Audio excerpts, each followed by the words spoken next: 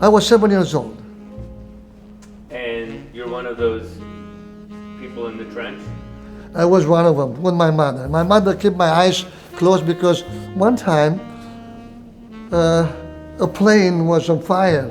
So you see parachute, 1, 2, it's supposed to be more than that, and 3.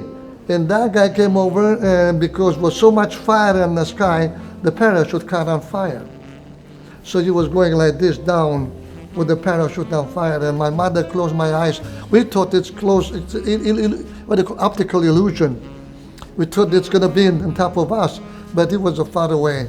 And I have pictures that I got it from the real guys that was in airplanes.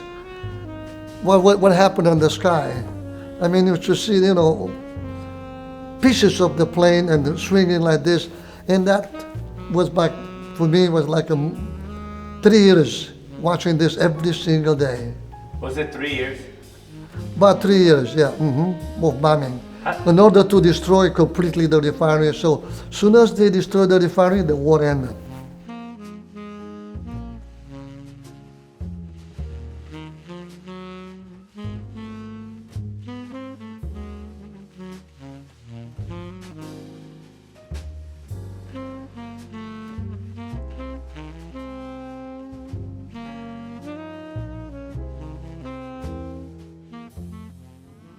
When we get to the highway, we see some planes coming over. We say, we can't go. We're going to be bombing. Let's go back home. So by the time we get back, one of the planes would have been hit by the shrapnel from the explosion in the air and was going down. So that airplane, when it crashed, my dad said, we have to see maybe we can save some lives. So you pull over on the highway, go over there, and I was after him, and he grabbed 3 guys that was conscious out of he ripped the bomb bay door. They were ripped already. So he moved the bomb bay door, he took 3 guys out of there, and he see that they're kind of unconscious and they have some wounds and stuff. He said, we have to get out of here because the Germans knew that we're here. So we have to get out of here. So you put 3 guys over there. He shot the other guy, they were kind of almost probably dead. He taught them that time. And he said, we gotta go. So we have to play a place to go picnic all the time, all those years. And do the woods, because it was woods all over the place surrounding this lake.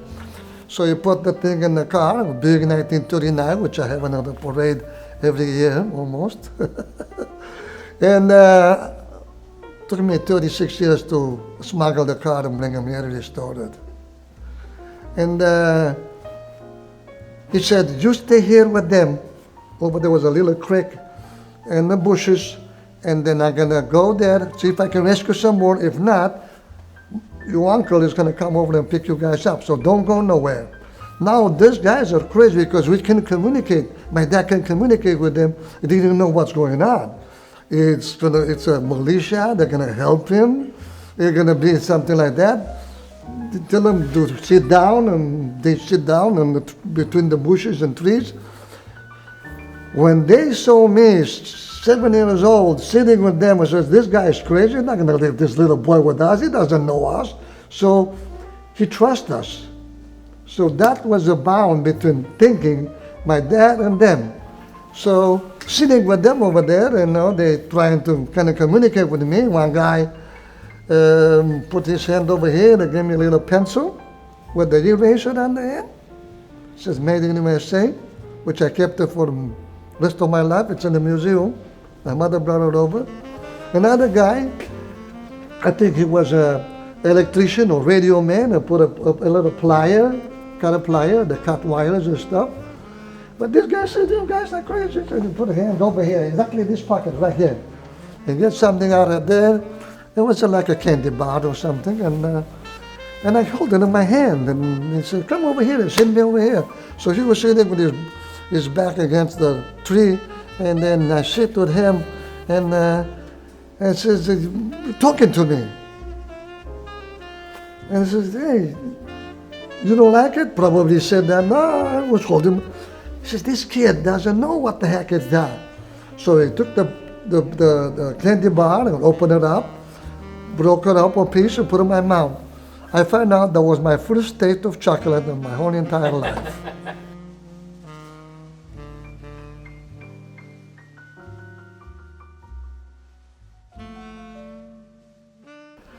So in 1946, 47, 48, when the communists took over and the king got out of the country, one night came somebody knocking the door, you know, dark clothes and stuff like that, and says, Iliescu is here? I says, yeah. My mother says, can you please give me, says, you have to come with us. So he went with those two guys and disappeared. And I heard that when something like that happened, they put him into a labor camp. Because that guy, in the communist country, you don't have to have a proof. You just have to tell something to a guy, and he said, oh, so he's been there because he's infidel for our country. So he was for one year and 6 months at the channel on the Black Sea there on the Danubian River, working over there like a slave. Can recognize him. He was lost a lot of weight and sick.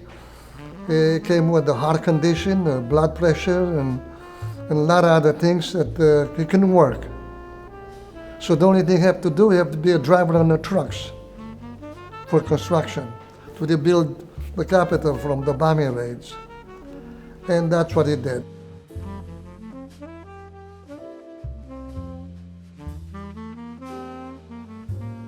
The life is so controlled. Every single minute of your life, somebody knows what you're doing. So that makes me think that those guys, for me, the one I got the chocolate, I call them guardian angels, because they inspire me everything. So they support me, they support my conscience, they support everything, how to escape. In the late 60s, I make a plan, two guys, and then we found another two more. So we tried to escape, so we went to be trained, because everybody has to be trained.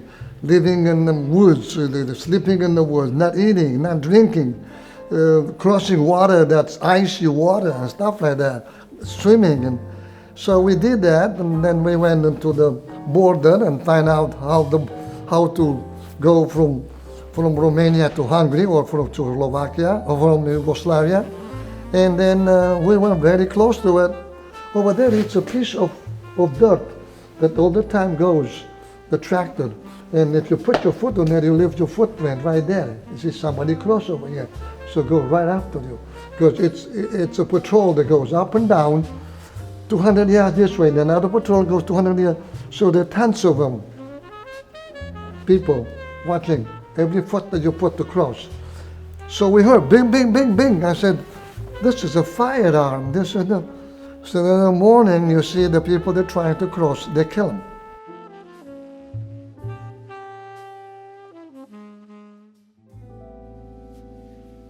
So that's the only thing I said to my parents when I said goodbye. I didn't know they're going to see them again. I would be dead, crossing those two countries. Or what's going to happen to me, I don't know.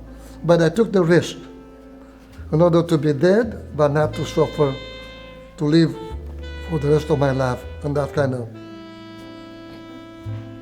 regime. Did you see?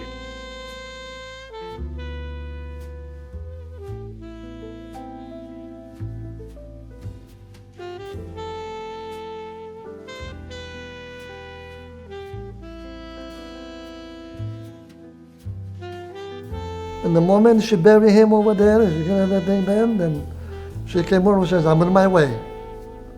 As soon as she came, then the rest of them came over. But they have to go different countries. They can't come straight to the United States like my mother.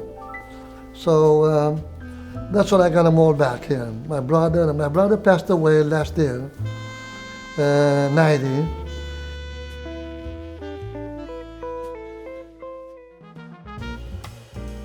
I came in 69 or 79, 10 years later, already had my own place.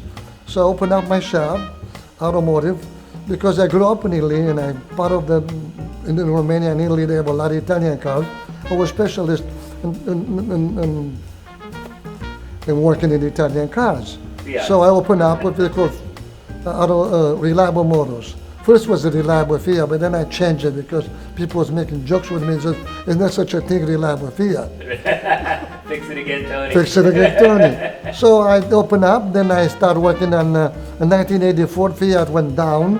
So I started working in Renault and Alfa Romeo and some other stuff. This is all Costa Mesa. It's in Costa Mesa, Placentia, and Victoria. And I worked there until the age of 82. 44 years of business. In 1990, I started restoring military vehicles. So I restored a lot of vehicles. I restored my dad's car and stuff like that. And I was specialized in Jeeps because my dad during the war was nothing left over, just whatever the Americans left over there, the military vehicles to the Russians, American Jeeps. So I started, my dad and I restoring Jeeps. So that was my little thing. They put the windshield down, no doors, no nothing. You drive that thing just like a boat. So I said, my God, I mean, I was just crazy about those cars. So that's what I started doing it. And by the time I retired from there, I restored 37 Jeeps.